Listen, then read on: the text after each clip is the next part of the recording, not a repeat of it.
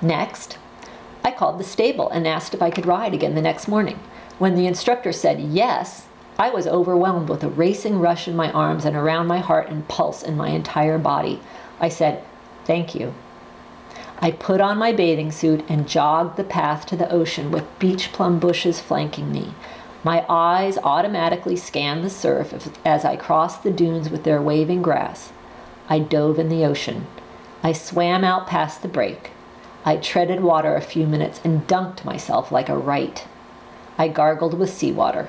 Then I rode a wave back to the shore with my head up and my arms under me, planing on the surf, like Mom.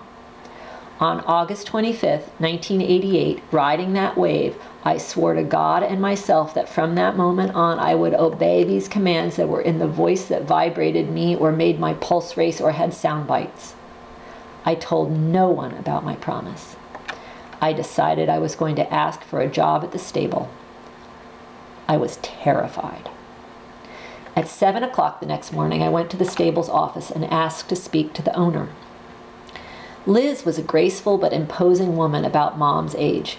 She looked at my brand new boots and at my drug money Rolex and said nothing except, "May I help you?"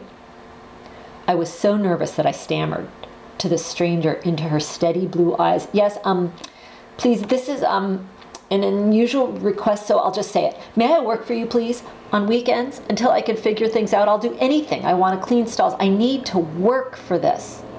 And Liz said, "No."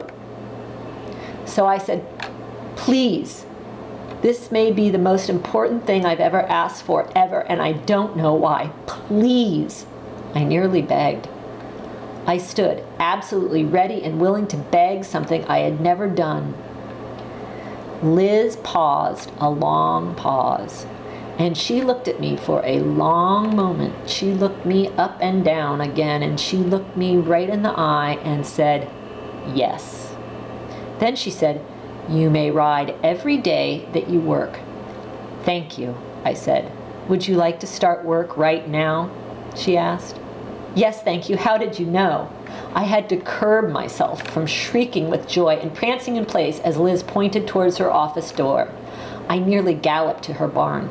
I cleaned stalls and shoveled shit. I threw hay, I scrubbed buckets, then I washed horses and cleaned their udders and sheaths, which left soapy black smegma embedded in the links of my Rolex. I breathed the smell of horses. I rode B again. I left the stable feeling like I'd found the key to a prison door.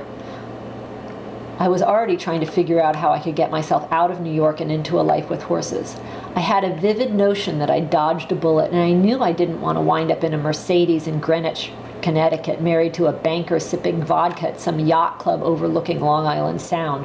I felt that's exactly where I'd been headed, into misery, but now I felt saved. The afternoon was getting late and it was Friday. My friends who shared the beach house with me were arriving, so I went to meet their train at the Long Island Railroad in Vincent's car.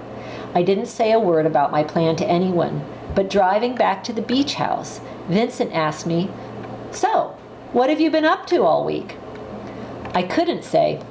A command in my head with a Maury Povich soundbite has directed me on my proper life's path, and I can feel in every cell of my body that it's crucial, so I'm just trying to figure out the best way to chuck my lucrative, glamorous job and my rent-controlled doorman genie bottle apartment, and I'm quite keyed up and mainly thrilled because I know in my gut that this is the first authentic decision of my life.